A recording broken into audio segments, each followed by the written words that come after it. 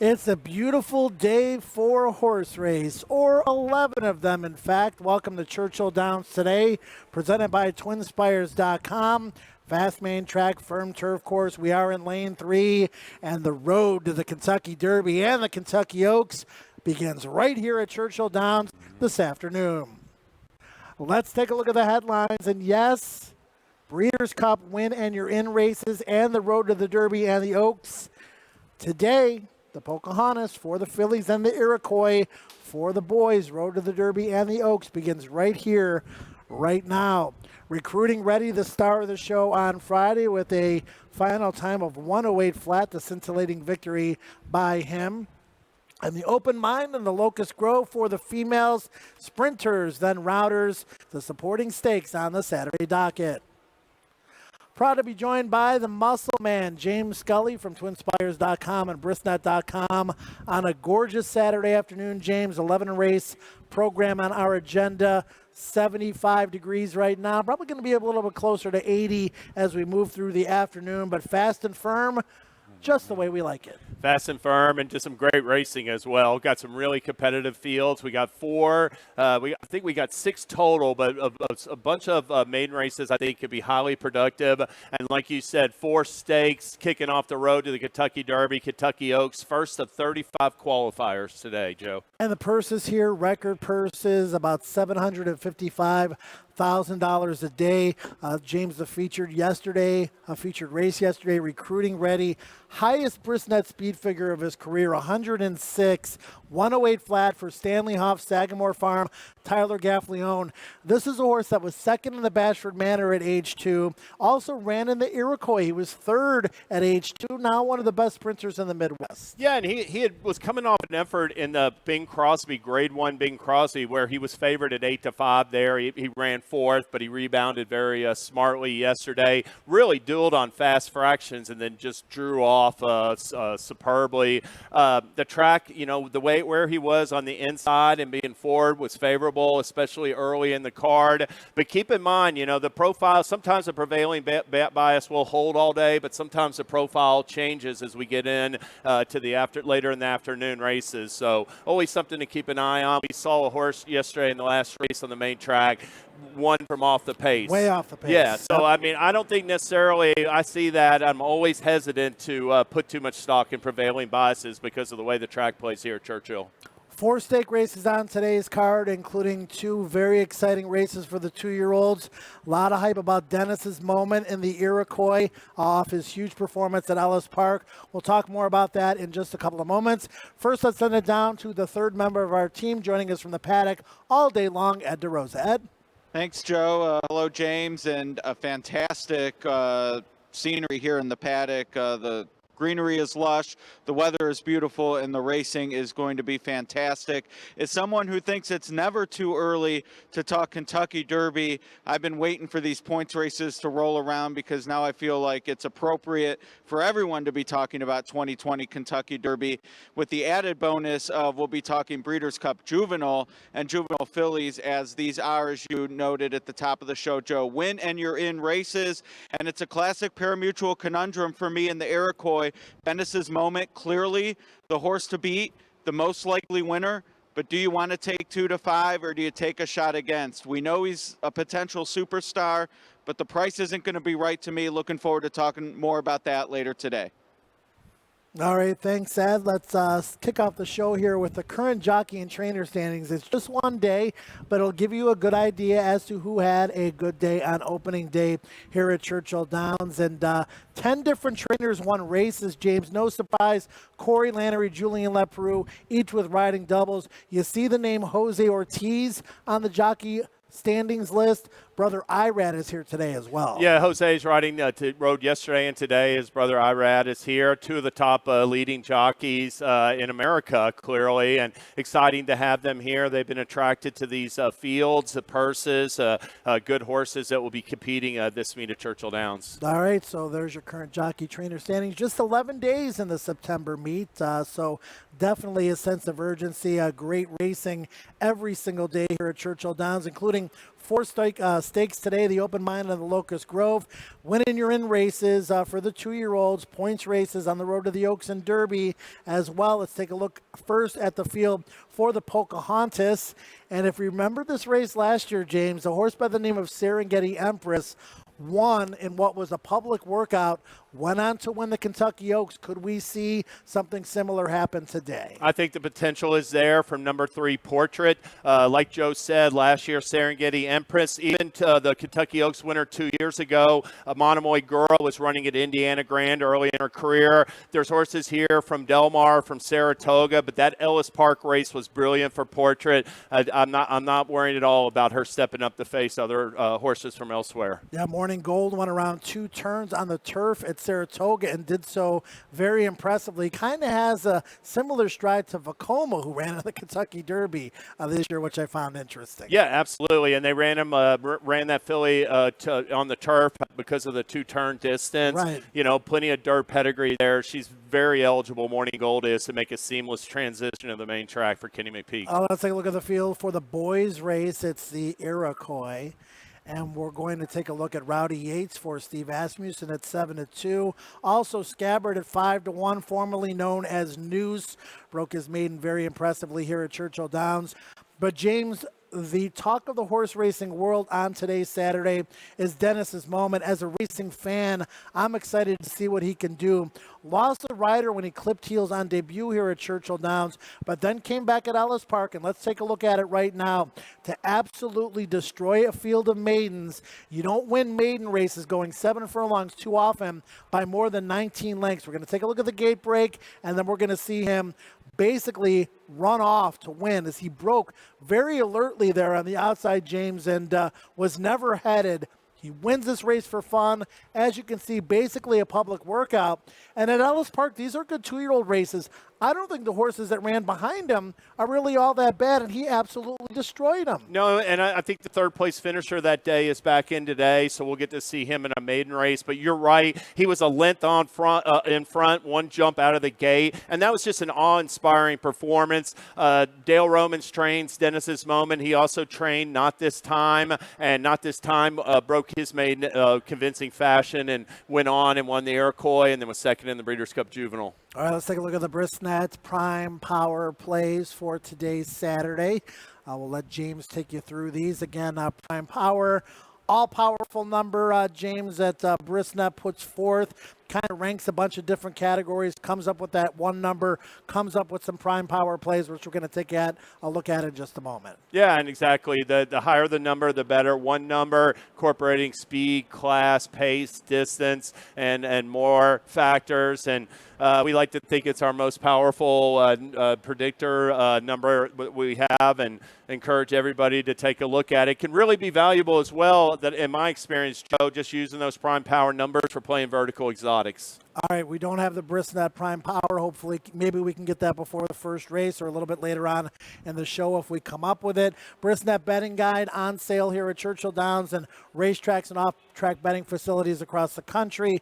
Churchill Downs in the book, at least 5 of the racetracks, at least 4 of the racetracks, just $5. Yeah, Dynamite Brisnet Betting Guide. It's editorial content as well, so it's a bargain, $5. All right, let's jump into the card here today, James. Again, Fast Firm, Turf, Lane 3 on the firm grass course, and maiden 30s in the first race, mile and a 16th. The distance, you're going to see a lot of special weight races and a lot of stakes on today's Saturday program. Maiden Claimers going a mile and a 16th here in the opener. Pick 5 wagering does start here. And James will start with the number 2 on top. This is Macho Madness for Kenny McPeak.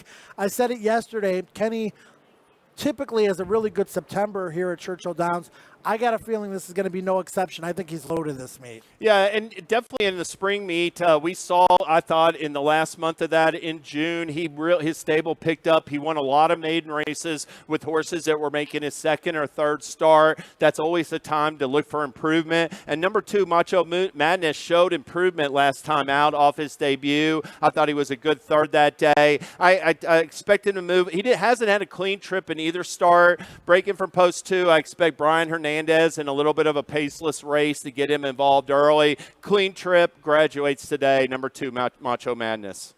I went to the Number 8, Autumn Ruler here. Second-time starter, Al Stahl. We saw Al win a race yesterday at Churchill Downs. Blinkers on, first-time gelding, drops in class. Haven't seen this horse in a couple of months, but Al's got huge stats in these categories. Miguel Main aboard. This barn not afraid to cut ties with a horse. Very good at evaluating their talent. Cozily drawn on the outside. Again, we'll have to wait and see how the racetrack plays today. Certainly favored inside and speed yesterday, but got a lot more fair as the day wore on. Yeah, and exactly. You referenced it. I mean, 3 different moves for this number 8. Blinkers, dropping class, gelding, at $250,000 yearling in for $30,000. Definitely could be the right spot for him. Just 15% on the takeout on the pick 5 starts with race 1. Pick 4 starts in race number 2. Starter 50s. 1 turn mile is the distance. A compact field of 6, but a very competitive one. Anyone can win it. That being said, James and I landed on the same horse. Maybe a pace play here with the number 5, I'm Busy, who is in the best form of his career. Best form of his career, number 5, I'm Busy, is a 3-year-old gelding by Birdstone, son of Grindstone, who has definitely gotten good for Grant Forrester. I know we both are big fans of Grant. Think he really does a great job with his stock. 2 starts back, just crushed him here at Churchill Downs. Went up and ran against a pretty tough field. Starter allowance, 17-1, got beat in the final jumps. I think, like you said, this race here, a lot of horses like to sit close, but I think number 5, I'm Busy, could be the lone speed. It's going to be sent from the gate by Corey Lannery. The 5, I'm Busy, I got to admit, I was skeptical 2 starts back of the win because the horse broke alertly from the gate, was in hand on the turn, got a dream run, was basically in hand all the way around, and sealed the deal that day. I'm like, oh, that was a nice win, but was never challenged. Came back and really, really legitimized himself at Churchill last out. I agree with you in race number 2, start of a pick 4. Let's take a look at the third. $150,000 maiden claimers if you'd like to write out a check. 7 furlongs is the distance here over the fast main track. And James, you landed on the number 9, Bango, for Greg Foley. Kind of, sort of didn't participate during the Kentucky Downs meet.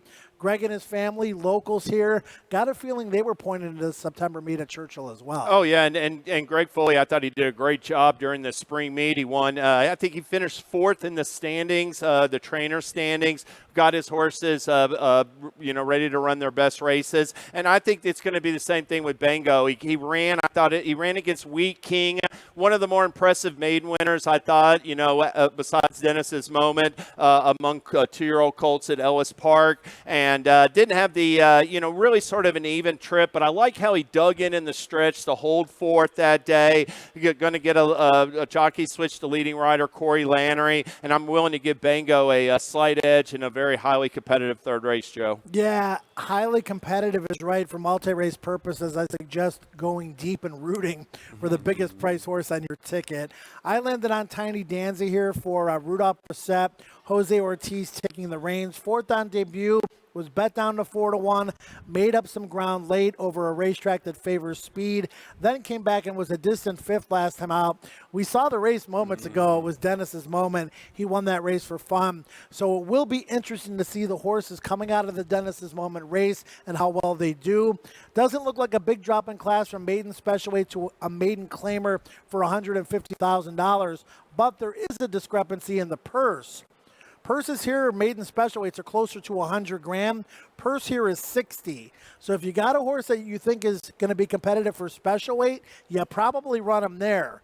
So special weight to the maiden $150,000 claimer, probably a bigger drop than you would think. So I'm going to gravitate towards those kind of horses. And, along those lines, you would almost think that some of these, the horsemen would be thinking, hey, it might be a little bit of an easier spot. Exactly. But not who's going to claim my horse for 150? Right, exactly. Yeah. So you protect him, you run a little bit easier, but then you draw into a 12-horse field like this, and it's not going to be easy. Yeah, no doubt. All right, that is the third race. Let's take a look at the fourth. Pick 5 wagering, 3 pick 5s on the 11 race Saturday card. Maiden special weight, 6 furlongs, 2-year-olds in the spotlight here. Purse $95,000. Thank you, Derby City Gaming. Let's take a look at James's top pick here, the number 6 Cavalry Charge for Dallas Stewart. First time starter for Dally. Yeah, first-time starter. Don't see, Dallas Sturdy's only 7% win from 80-some starts with firsters, but you never see one that shows up with a 5-furlong bullet work and toe.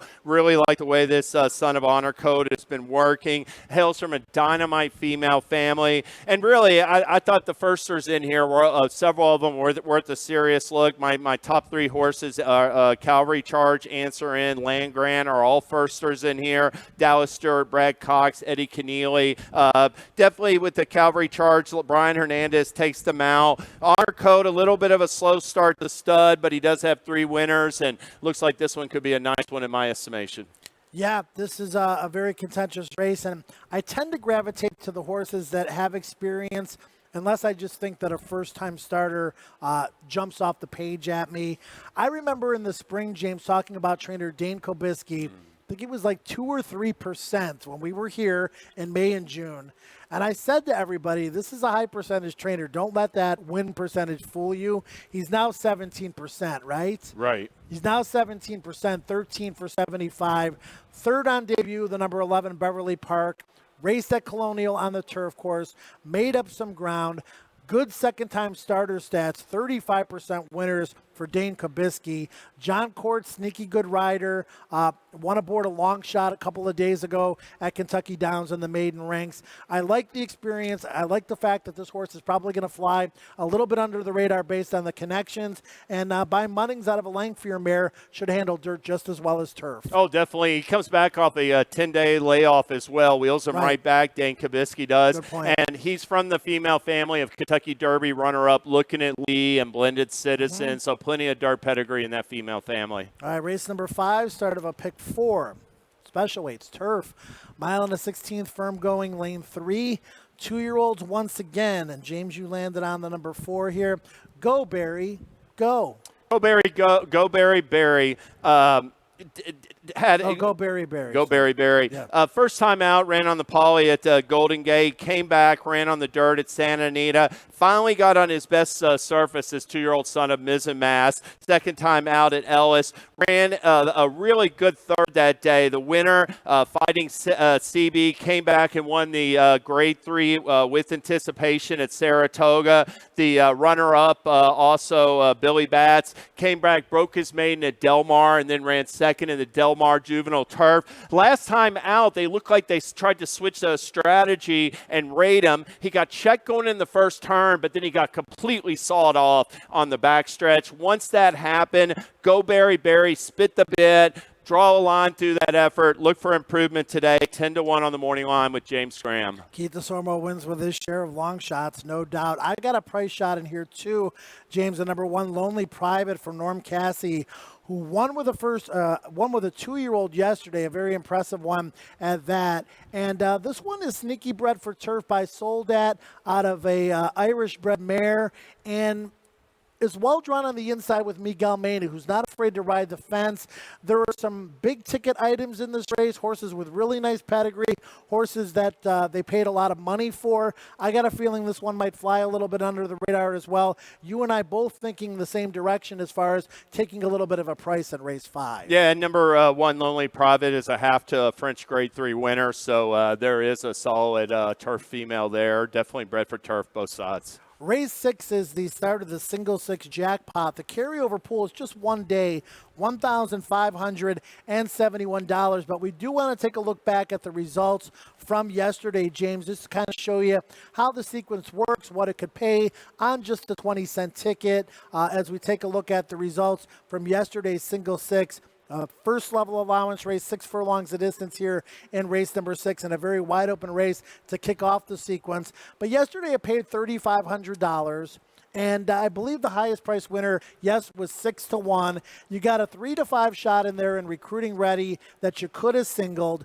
Again, no price is higher than 6-1. A 3 to 5, a 2 to 1, 20-cent wager still paid over $3,500. It is always worth, regardless of what the carryover pool is, jumping into this pool. Yeah, and we've been working the single 6. I think this is maybe our 3rd year that we've had it, and we've seen it pay under $1,000 less than a handful of times, or at least I have. So there's always a good return, 20-cent denomination, and And like Joe said, it wasn't that tricky. There wasn't a winner higher than 6-1 yesterday. We're going to talk about this race, and I've got a better betting exact that I want to show everybody. I did hit the better betting wager yesterday. Win, place, and show ladder. The horse won at 5-1, so hopefully build your bankroll for today. Let's talk about this race first, though, James. Other than 6 furlongs is the distance, and you landed on the number 9 here. A horse that I didn't include in my exacta, Bump Bailey. That just goes to show you how wide open this race is. Yeah, Bump Bailey, after he won his debut at Santa Anita, ran a good third. I thought the distance shore at Churchill Downs. The next race was on a Keeneland. Came back and didn't run that well at Churchill. They freshened him a little bit. Ran on the turf. Last time out, really, I thought that was a solid race. He gets beat ahead, a sign of better things to come. The third-place finisher, Unmatchable, came back and crushed allowance rivals for Steve Asmussen. And the real reason I like Bump Bailey as well is lone speed, potentially. I don't see much pace in this 6 furlong allowance, and I think James Graham and Bump Bailey are going to get the right trip. I went with Great Shot here, who happens to be Brandon Saubel's play of the day. He just missed with a 13-1 shot with his play of the day in Hawakam yesterday. Always increases my confidence level when I see that we both like the same horse. Blinkers on, impressive winner at Churchill in June off the bench, second beaten ahead at 4-5, third last out at 3-5 at Ellis, but puts the blinkers on here, and that might be the key to an improved effort from Straight Shot, who should be a square price in a wide open race. Let's take a look at my better betting exacta. In addition to Straight Shot, I also like the number 2 Volatile for Steve Asmussen, who broke his maiden at first asking at Ellis. We talk about maybe waiting for better purse money, not wasting the condition. Purses at Ellis are good, 50,000 in the allowance ranks. Purses here are closer to 100,000. Got a feeling maybe Mr. Steve waiting for the bigger purse with Volatile. 2-4 with 2, 3, 4, 5, 6. 2 or 4 must win. 2, 3, 4, 5, or 6 must run second. $1 wager, just an $8 investment, James. And this exacta could pay $60, $80, $100, $120. You know, it's all about bang for your buck and your return on investment. Yeah, and this is a great idea. Congrats, by the way, hitting it yesterday for the peeps. And, it's educational as well, showing people the ropes, how to bet exactas, how to bet a horse. If you're going to bet it straight, trifectas, you do pick threes as well. So always enjoy those tutorials. Thank you, sir. All right, let's jump into race number 7, pick 5. Running a little bit short on time here. We'll talk about the races in greater detail during the course of the card. 6 furlongs, the Open Mind. And James, you landed on the number 4 here. That is Honey Bunny. Yeah, 3 big races here this spring, Joe. Came back, caught a speed favor in track at Saratoga, where she ran 5th. The last race on a synthetic track, throw it out. Honey Bunny loves Churchill Downs. She's going to be rolling from just off the pace today. She should have a fast enough pace to run at as well, despite the defections here. I went with Divine Queen. I always thought she was a slop monster, just ran big races in the slop. She's proved me wrong in her last 2. Game win at Churchill.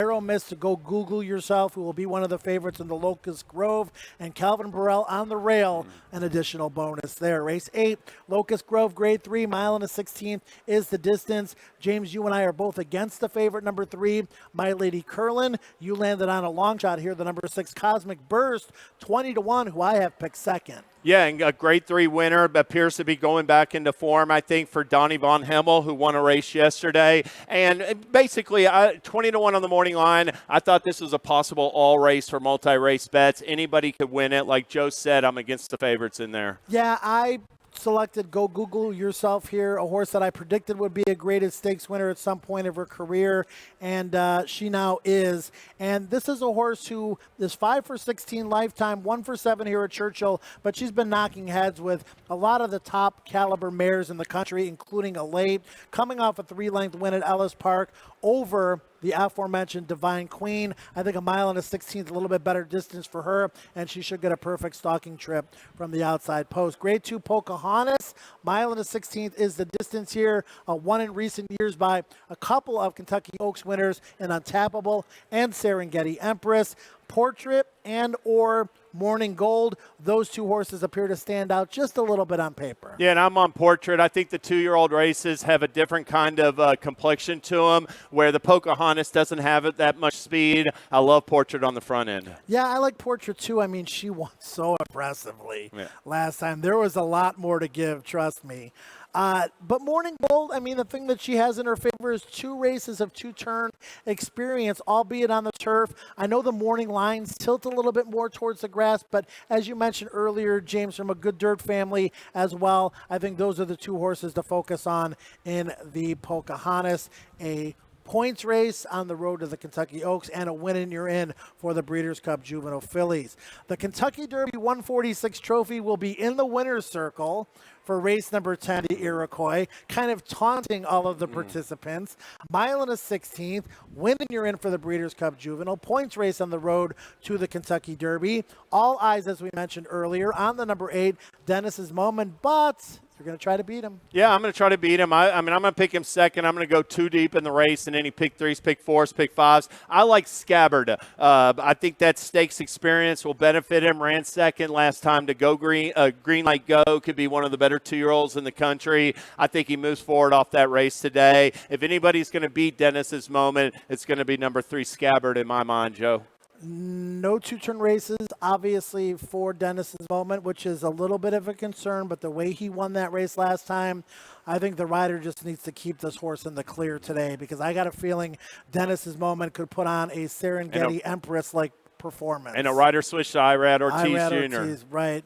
All right, that'll be fun. I'll let that video speak for itself. No more commentary needed for the Iroquois, at least at this point. Maiden special weight, 1-turn mile in the finale. High 5 carryover worth noting, $1,681. And James, you were on the number 3 Sprawl, as am I. Yeah, second time out for this City Zip Colt. Came back, drilled a half-mile bullet. Breeze in for Belmont. Got off to a slow start. Breaks better today. Looks like he's set to graduate, Sprawl. I agree with everything you said. I think we're going to see a Belmont second-time starter with Jose Ortiz improve significantly over the 1-turn mile. Looking for a winning performance in the finale. Okay, so we are on Facebook Live. We are on Twitter. We are on YouTube TV as well. And then the Paddock, soon to be on your TV, is Ed DeRosa. And Ed, tell us a little bit more about what you're looking forward to today. And then please deliver us your signature plays. Well, I'm definitely looking forward to the Iroquois, and we did have a question for those, someone was watching the stream on Twitter, and he was curious about how I would be against Dennis's Moment. Noted Joe picked on top, James picked for second, and to him I would just say that's kind of part of the pari-mutuel game. We all know that he probably is the best talent in the race. That doesn't always lead to the winner's circle, especially at a short price, so that's why I'm against. It's not that I don't think he can win, it's just that I think the price isn't right to play him in that spot against a good group. So thank you for that question. Keep them coming. We're going to be streaming live every day. And my signature plays today, I noted one of them is against Dennis's Moment at a short price in race 10. And the first one is going to be here in the first race. Looking forward to talking more about that. That's number 3, Cantrell Hill, currently 20-1 last I looked. He's my best long shot of the day. So hopefully we can build a nice bankroll for the rest of the day, Joe. It's beautiful out here. Let's make some money. All right, as you can see, Ed's signature plays on the screen. My Lady Curlin is Ed's best bet, and that leads us right into our signature plays, James. We try to give you a favorite that we're against, a race that maybe you can take a shot elsewhere. You and I are both against My Lady Curlin. Let's start with your signature plays first, your long shot, your best bet, and the favorite you're against. Yeah, my best bet. Now, obviously, the best bet, most likely winner aren't the same thing. My best bet is Bump Bailey. Best bet is a horse that you're looking to fire on. Exactly, and that's in race 6, number 9, Bump Bailey. My live long shot, Go Berry Berry, 10-1 morning line, race 5. Favorite I'm against, My Lady Curlin. I think that inside post might work against her, Joe. She's won 5 in a row, so you and I going out on a little bit of a limb, but let's take a look at my plays of the day as well. I'm also against My Lady Curlin a little bit in that stakes event. for a lot of the same reasons that you mentioned. Plus, I think this is a little bit tougher race than what she's been in recently. Live long shot for Norm Cassie, Lonely Private, first-time starter with some sneaky turf pedigree in race number 5 and a cozy inside post. And then the best bet, 5-1 on the morning line, straight shot. Lots of talent. I think the blinkers on will prove to be maybe a heightener for straight shot in that event. Looking forward to sinking my teeth into that one. All right, James. Lots to talk about all day. We're going to have Ed DeRosa in the paddock. He's going to be giving us not only his insights, but having interviews with the major participants on today's card. Always looking forward to that. You can get some good information from Ed and those interviews. And just one of those days at Churchill Downs that we look forward to. 4 stake races, getting excited already about the Oaks and Derby, and Mother Nature couldn't have been kinder. All right, yeah, let's pick some winners, Joe. All right, for James Scully, I'm Joe Christofak, Ed DeRosa in the paddock, Steve Buttleman. He'll have the national anthem for you, Travis Stone, with those all-important changes and the play-by-play all afternoon long. Enjoy the day and leave with more money than you came with.